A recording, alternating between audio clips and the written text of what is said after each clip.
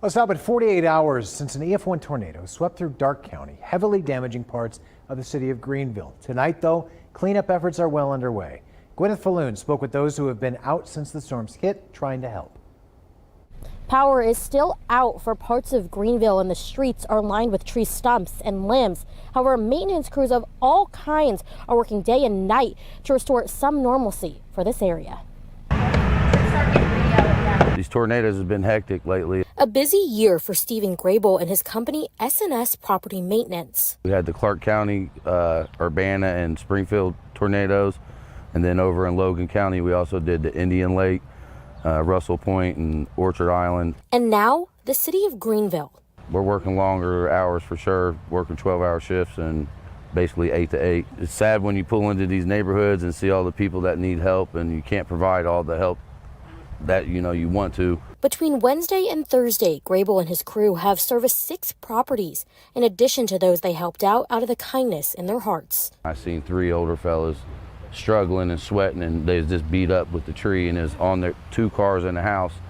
So I went out and just offered my services for free and help them out. That's the majority of the damage here. Downed trees impacting neighborhoods, businesses, and power. We have to make sure the line's de-energized, and depending on, the maturity, the width, the breadth, and the damage that tree has done, a pole may need to be replaced in addition to putting up the line. But Marianne Cable with AES Ohio says they are working as quickly and as safely as possible.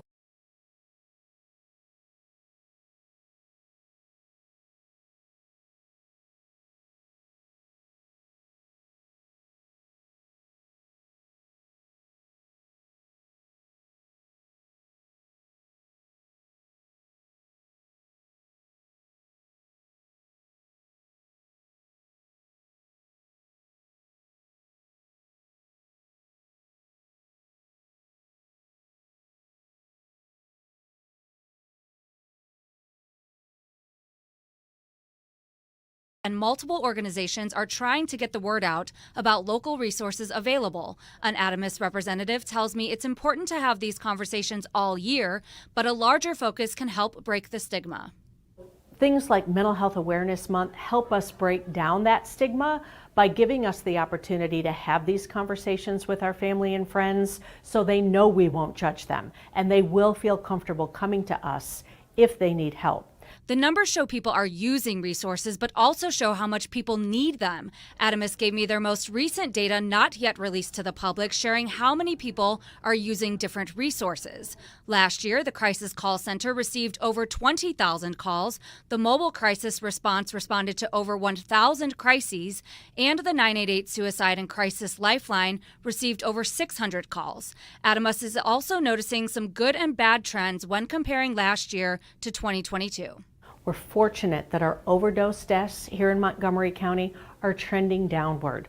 On the other side of that coin, we are seeing an increase in our death by suicide. That's very, very concerning. Which is why events like tomorrow's Mental Health Awareness Resource event are important to keep educating people on what's available to them. Everybody's affected by mental health, and it's always really hard to connect those resources, because you don't always know where to go when you're having a crisis. There are so many ways we can help an individual before it becomes a crisis. And again, you can learn more about these resources and mental health here at Dorothy Lane Market in Washington Township tomorrow from 11 a.m. to 1. We'll have that address and other resources for you in our web story at Dayton247now.com. Back to you, Adam. Generally, thank you. Light Ohio Blue is now underway. It's a 10-day statewide campaign to honor our fallen police officers and those continuing to serve. Lydia Bice spoke to local law enforcement today about what this campaign means to them and explains how you can show your support. From May 8th to the 18th, Ohioans are all encouraged to change their porch lights to blue light bulbs just like this one in honor of those who sacrificed their lives to keep us safe and who continue to serve. By lighting your home blue this week, you're doing a simple task to show those who risk everything that you are grateful. The Light Ohio Blue campaign's Peter Tobin Icon of Law Enforcement Achievement Award is so special this year because the winner is from right here in the Miami Valley. Major Greg Stevens is a retired captain from the Montgomery County Sheriff's Office and a current major with the Kettering Health Police Department here in Dayton. Now, during his 34 years of service, he helped start the Light Ohio Blue campaign here in Montgomery County. I spoke with him today and he said that he is just honored to have received this award. Back to you. Thousands of Palestinians fleeing the southern city of Rafah as ground operations continue. How U.S. senators and Israel are responding to President Biden's pause in military aid coming up. Plus, I'm tracking our rain making its way out and cooler air sliding in. I'll time it all out for you coming up. Here's a live look from our Eco Plumber Skycam. You're watching Dayton 24/7 now.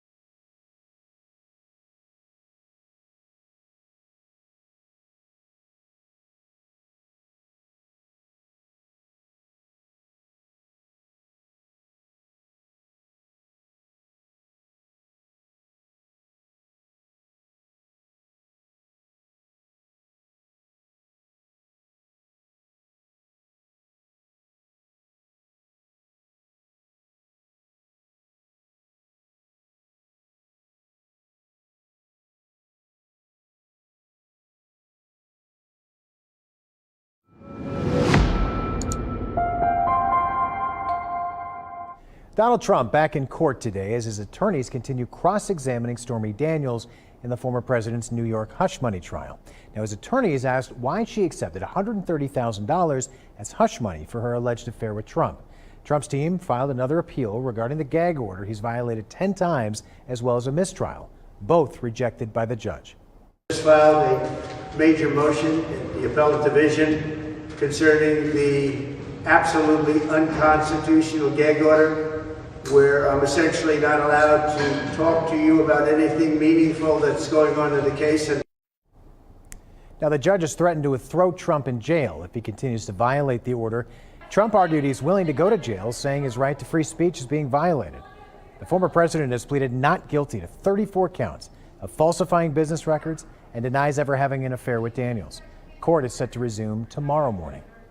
A federal appeals court refused to throw out Hunter Biden's gun indictment today, all setting the stage for a high-stakes criminal trial. Now, the president's son had asked to dismiss the charges, but the appeal was rejected. Prosecutors say Biden violated federal law by buying and possessing a revolver in 2018 while using illicit drugs. Now, Biden has pleaded not guilty to all 3 felony counts, while his attorneys argue the charges hurt his Second Amendment rights. The trial is slated to start in early June unless a plea deal or some other agreement is reached. Harvey Weinstein will not travel to California to address legal issues in the state. This is after a brief court hearing today where he fought extradition. His attorneys argue he should be in New York so he can prepare for his retrial and get the medical care he needs. He has some very serious health issues, but he is holding up as well as can be expected under those circumstances of being incarcerated and having the health issues that he has. Now, the 72-year-old was released from a city hospital just days ago after treatment for pneumonia and other medical issues. His next court appearance is set for August 7th. Well, some showers across the area making their way through after some heavier rain that we had earlier this evening. This system making its way off to the east, and we'll continue to see a spot shower or two for the rest of the evening, but quieter weather in the forecast overnight. We'll look at temperatures falling into the even upper 40s. This is indicating lower 50s, but upper 40s I'm thinking are pretty likely early tomorrow. 60s by the afternoon with some sunshine, so a cooler day. And then by early Saturday, we will be tracking some showers, mainly for the morning. Can't rule out a spot shower later into the afternoon as well. Temperatures in the 60s again on Saturday. Mother's Day starting out chilly and in the 40s before we get up close to the 70s by our Mother's Day afternoon. Have a look at our 7-day coming up here in just a little bit. As Israel escalates its offensive in the southern Gaza city of Rafah, thousands of Palestinians are now fleeing. The UN says about 80,000 people have left Rafah since Monday. Concerns are also mounting over the lack of resources civilians will have. Officials in Gaza say the only dialysis center has been forced to shut down due to bombings and the threat of Israeli occupation. Now, the World Health Organization warns hospitals in the south could run out of fuel by the end of this week. Many are worried time is also running out for aid to reach those in need. These are children who are already have been suffering for 7 months or almost 7 months, who are malnourished, who we're starting to see the effects of malnutrition on their bodies. So we're down to the last couple of days, and certain services, water, healthcare, communications will start shutting down unless that fuel is able to get in. More than 1 million Palestinians were estimated to be sheltering in the city. And Israeli Prime Minister Benjamin Netanyahu is blasting President Biden's warning to pause military aid shipments if he continues ground operations in Rafah. Now, Netanyahu today shared an old clip of him on social media saying Israel would, quote, stand alone as it continues the war against Hamas. The Israeli military official also downplaying Biden's warning, saying they have the weapons needed for a Rafah offensive. The Biden administration is concerned for more than 1 million Palestinians sheltering there. Now, the president also receiving some bipartisan pushback after saying he would potentially withhold military weaponry from Israel. If you do not change this policy, you will have destroyed the last best chance to deliver lasting stability in the Mideast for generations. I think you should release it. You do? Why? Because Congress passed it. That was their intent. They should release it. Now, Senator John Tester is referring to the foreign aid bill signed last month, providing billions in military aid to Israel. Now, the president says that only offensive weapons used for such an attack will be withheld. Back in our area, here's a live look from our Eco Plumber Sky Cam over Beaver Creek tonight. Cooler evening after a rainy day. Let's check in with Natalie. Well, much cooler out here on our Watson's weather patio. Had to break out the jacket again, and we got some nice chillier nights on the way for us, but wanted to talk about those tornadoes again. We had 18 confirmed across the Miami Valley or across the state of Ohio, I should say, on Tuesday. That puts us so far for the year at 54 tornadoes for the state of Ohio. We average 21 per year. So needless to say, we are well above what we would typically see, especially when we see most of our tornadoes climatologically during the month of June. Thankfully, though, much quieter weather in the forecast. We'll have a couple showers overnight, early into the day on Saturday, still tracking a few showers, but notice temperatures rebounding We got 70s back in the forecast by Monday. We have climbing temperatures and it looks overall pretty nice as we head into this weekend too. So I'll have a look at that and our 7-day coming up. Day Air Ballpark was filled today, not for baseball, but a job fair. How this is impacting the next generation of the workforce after the break. You're watching Dayton 24/7 now.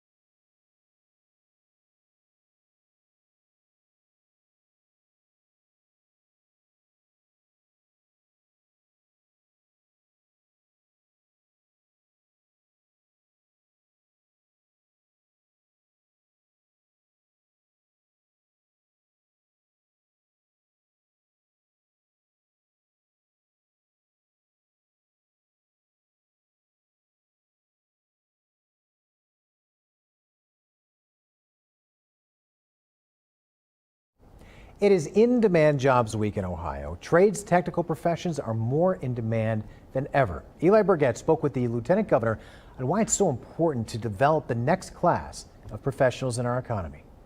Ohio's Lieutenant Governor John Husted made the trip to Greene County Career Center this morning to show his support during In-Demand Jobs Week. Greene County was one of several Ohio career centers to receive additional state funding for trade programs like electrical and HVAC.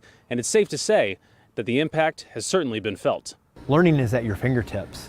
It's in your computer, it's on your phone, it's through programs or tools like ChatGPT. Learning is limitless in its opportunities, but you have to learn the skills that people are actually going to pay you to do in the workplace. Governor DeWine and Lieutenant Governor Husted recently approved over $500,000 in state funding to go towards Ohio career centers like Greene County. This allowed the Career Center to accept more than 100 new enthusiastic students to a variety of their programs. I've learned so much more coming here in this specific area rather than like at school when you learn about multiple different things. Here I really think I've learned more this year than I ever have before. And from like a person standpoint, we have great staff and great people in our lab, so it's been really cool to get to meet new people. Lieutenant Governor Husted says that education through career centers is crucial to developing the next generation of job seekers in technical fields.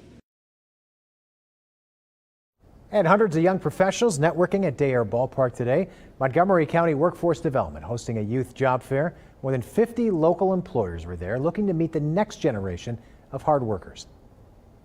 We believe it's important to present youth with job opportunities who are seeking employment over the summer or just want to start their career early. So we thought and we found that our youth job fair is very, very beneficial to help our youth. Though this job fair was geared towards younger workers, Mobley says there's more industry-specific job fairs all year long. And if you'd like to learn more, you can visit Montgomery County's Job Center building or just head over to thejobcenter.org. Well, you got one more day to win some extra money for Mom by playing Mother's Day Mania all week long. Last couple weeks, actually, we've been giving away a $100 prepaid debit card each day. Just watch your day tomorrow morning for the Mother's Day Mania QR code. You get the question right, you could win the daily $100 prize and be entered for a chance to win the $5,000 weekly drawing. You can play Mother's Day Mania one last time tomorrow. The NBA playoffs continuing tonight. Would the Cleveland Cavaliers take Game 2 on the road, or would Boston build a commanding 2-0 series lead? You're watching Dayton 24/7 now.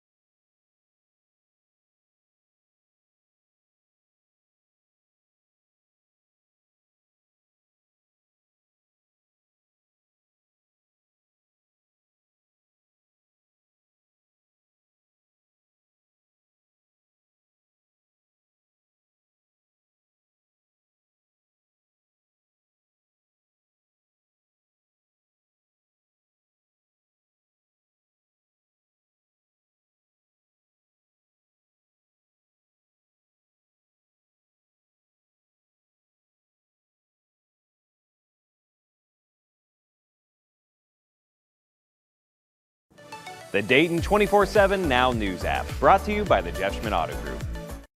Dayton Go Red for Women, marking a significant milestone today. They're celebrating their 20th anniversary of making a difference for women affected by cardiovascular disease. They held a luncheon today at the Dayton Arcade, and it honored survivors, celebrated advancements in heart health, all while raising awareness and critical funding that could save lives. We're here celebrating the fact that from a heart health perspective, we're raising awareness. We're bringing people together to learn more about the importance of cardiovascular disease in women and how to prevent it and how to treat it. Now, the movement also celebrated the 100th anniversary of the American Heart Association. Good evening, I'm Matt Digby with a look at sports. April 29th was the most recent date the Cincinnati Reds posted the win. They were out in San Diego that night The Skids since now at 8 games with a 5-4 afternoon loss on Thursday. Arizona Diamondbacks opening the scoring. They would lead 4-1 in the 7th. The Reds did rally to tie the game in the 7th thanks to RBI from both Elly De La Cruz and Spencer Steer, but former Red Tucker Barnhart scoring the game-deciding run in the 8th inning. Now, despite the skid, David Bell and Hunter Greene both say they're looking ahead with still more than 120 games to go in the regular season. Every single game is incredibly important to us, and then we move forward. I mean, that's the only way to approach it. It's how I'm approaching it. It's how we're approaching it. Came up short today. We're getting closer and closer. I mean, this isn't the first time that any of us have gone through it, whether it's Little League or high school or professional baseball. You know, that's the beautiful thing about the game. There's always another day, and we got to be able to keep our mindset there and just continue to compete. So the Reds begin a lengthy West Coast road trip tomorrow. The first stop will be in